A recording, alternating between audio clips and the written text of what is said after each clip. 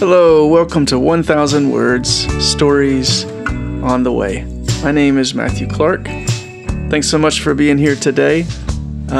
We're in the middle of this series over these few weeks where I'm sharing podcast episodes introducing you to the essayists who contributed to my latest book and album, which is called Where the River Goes, Meditations on the Return of Jesus Christ in Story and Song. It's part 3 of the Well Trilogy. The album and all the other albums are out now on all the streaming platforms, and the book is on Amazon. There's actually an audiobook for the whole trilogy as well on some platforms, including Spotify, so you can look for that. For this project, each one of these writers chose a song from the album, and then they wrote an essay in response, and that's what became the chapters. I asked them to enter into a conversation with the song that they chose, and also with the overall themes and story behind that album, which in this third book of the Well Trilogy is all about Jesus' ultimate defeat of death and the hope of this coming resurrection and new creation. If you'd like to hear more about how the project came together, I've had more in-depth conversations about it on a few podcasts that you can check out. In fact, I've made a playlist on my YouTube channel with all of those podcast episodes that I've been on, as well as videos of speaking engagements at various conferences. You can just go to my YouTube channel, youtube.com/MatthewClarkNet, which is all one word, and look for that playlist. And I'll put it in the show notes too. So this is week 3 of this series, and today's featured essayist for the Well Trilogy is Ruth Naomi Floyd. Ruth wrote a beautiful chapter in response to the third song on Where the River Goes. The song is called Where the Morning Dawns. And this song began around Psalm 65. And in that psalm, we're seeing God as one who He made everything, and He also cares for everything. He sees and He loves the world that He's created, and He intends joy for us.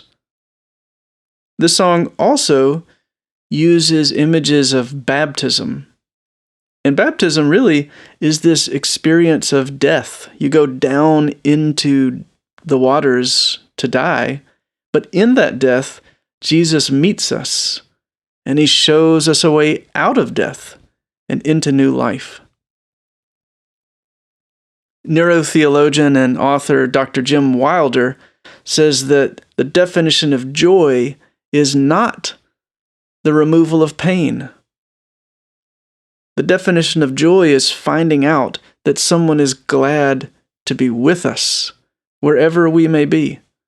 So even something like death can be a place where God meets us and declares that He sees us, that He loves us, and that He intends joy for us.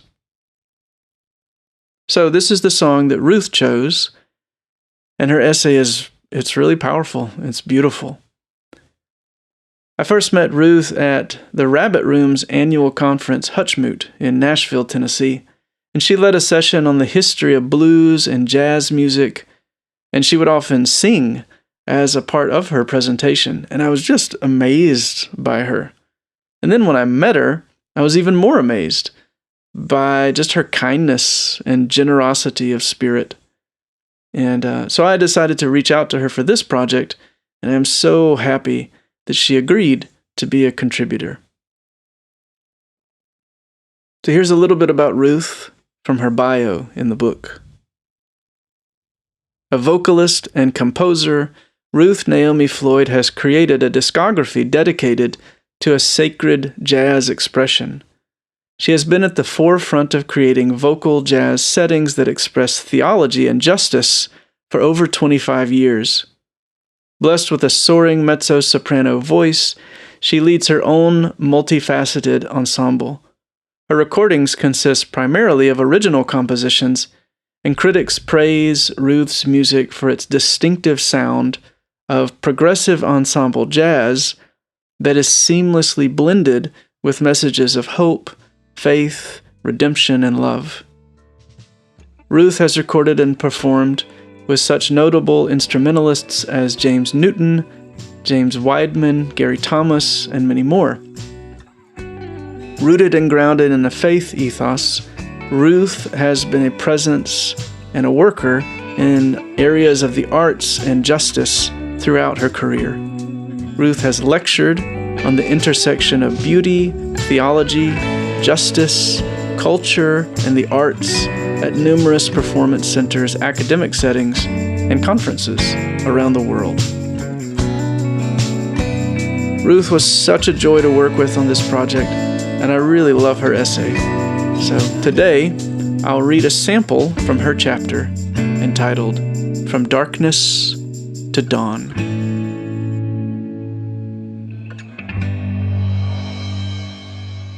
I've always been fascinated by dawn. I love the transition from night to day, from darkness to light. Even while the sun is still below the horizon, its rays reach defiantly upward and are reflected faintly by the Earth's atmosphere. As the sky begins to lighten barely, the stars remain visible, but as the horizon becomes clearer, only some of the brighter ones can still be seen. Then at last the sun appears and lights up the sky. The stars disappear and the morning light scatters in an array of different colors. It is beautiful when light confronts the darkness. And the darkness must relinquish its hold and fade away. But, in the meantime, what are we to do about the darkness?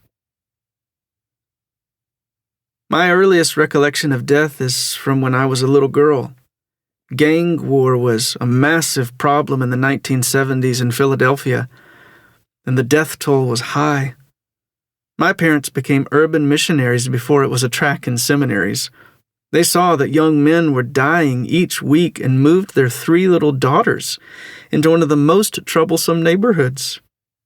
And there they got to know the gang members, invited them into our home, and began to tell of and show them the love of Jesus. I remember that my sisters and I had a favorite gang member, and each evening we would pray that Eric would not die in a gang battle. But one night, Eric was shot 7 times. He was taken to the best hospital in Philadelphia where the doctors refused to operate on him, thinking he would not make it through the operation and not wanting to awaken the top surgeon. My father made several calls and finally they agreed to operate. Meanwhile, my sisters and I were home in our beds crying and hoping Eric would live. I remember the dark night changing into the early morning, the dawn bringing hope, and miraculous news. Eric survived the surgery. In fact, he was one of the few who survived the gang wars, a testament to God's great mercy in our lives. I remember going with my mother in the early mornings to the places where the young boys were killed. We would wash away the dried blood, and my mother would place flowers or a candle there, so that when a mother would come to see where her son breathed his last breath, she would see beauty amid death. One morning, my mother placed a beautiful small plate on the spot where a 13-year-old boy had been killed. Suddenly, I heard a loud cry of anguish, and it pierced my soul.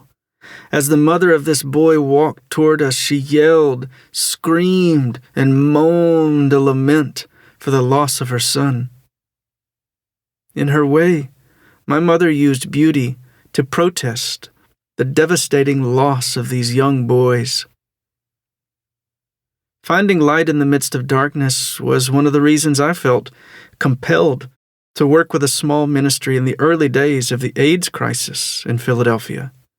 The ministry gave the gift of presence and friendship in the last season of life to those dying from AIDS.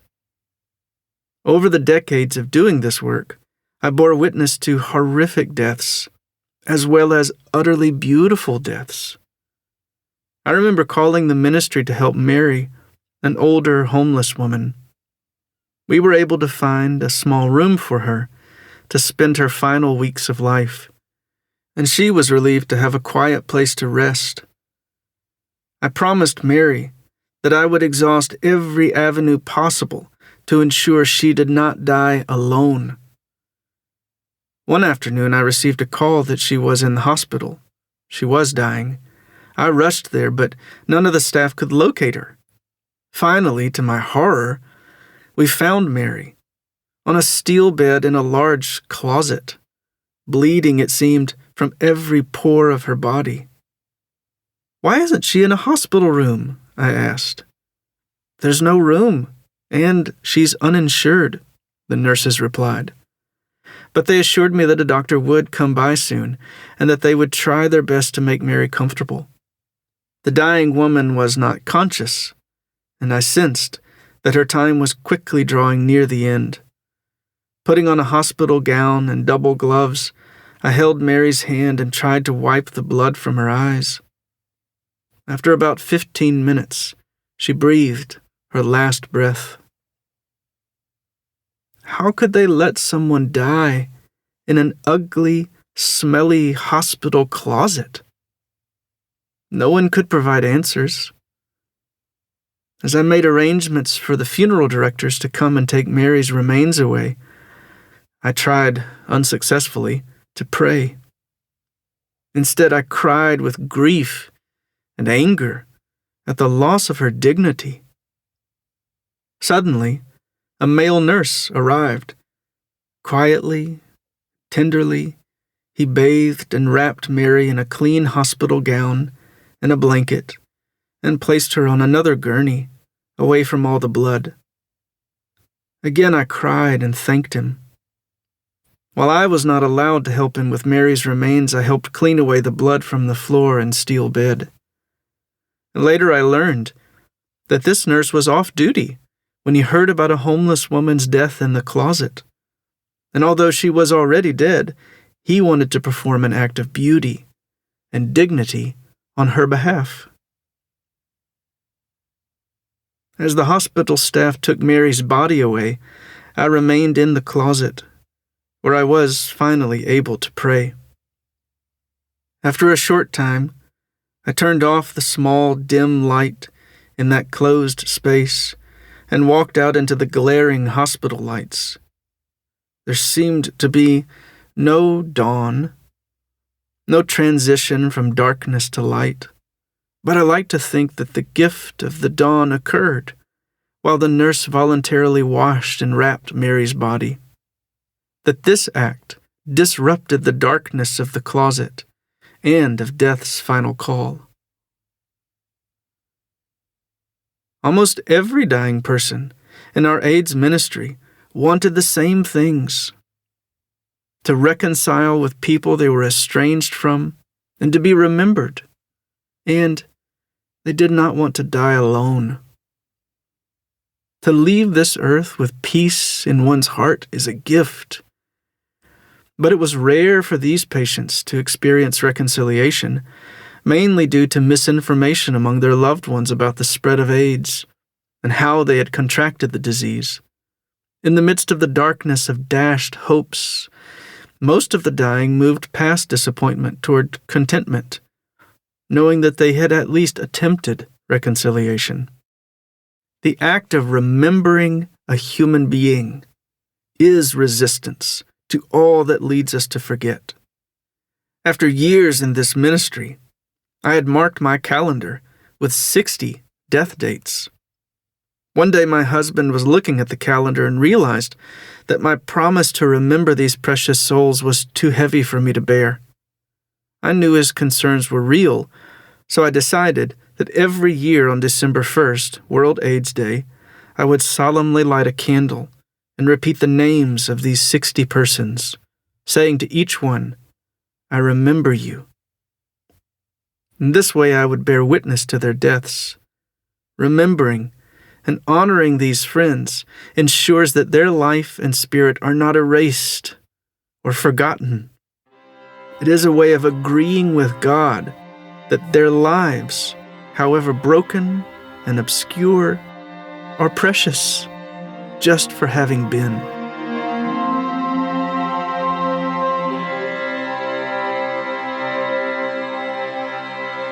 Okay. Ruth, thank you so much for your essay.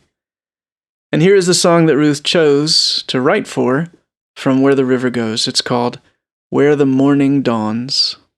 I have laid me down beneath the waves of my own sin. I drowned my very last hopeful breath when the sword of God's own word tore the darkness of those depths.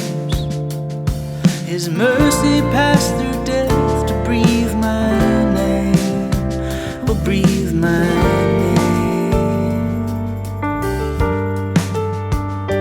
Where the morning dawns, where the evening fades, you call forth songs of joy. Through the baptism of death sings your animating breath. You call forth songs of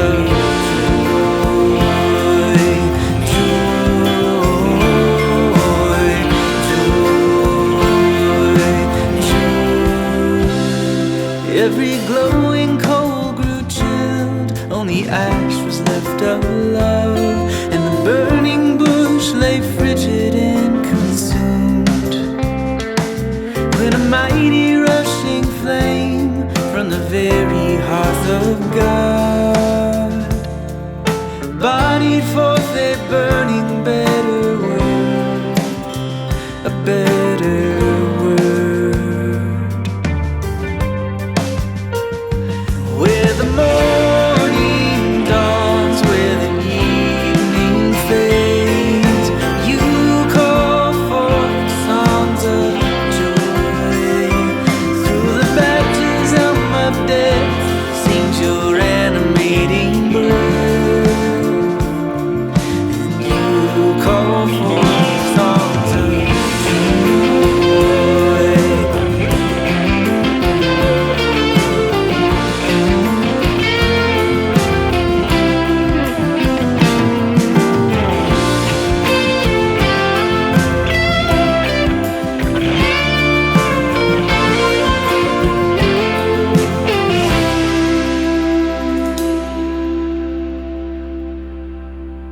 Where the morning dawns, where the evening fades, mercy returns as praise.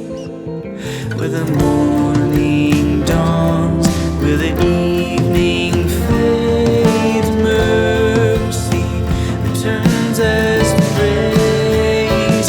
Where the morning dawns, where the evening fades,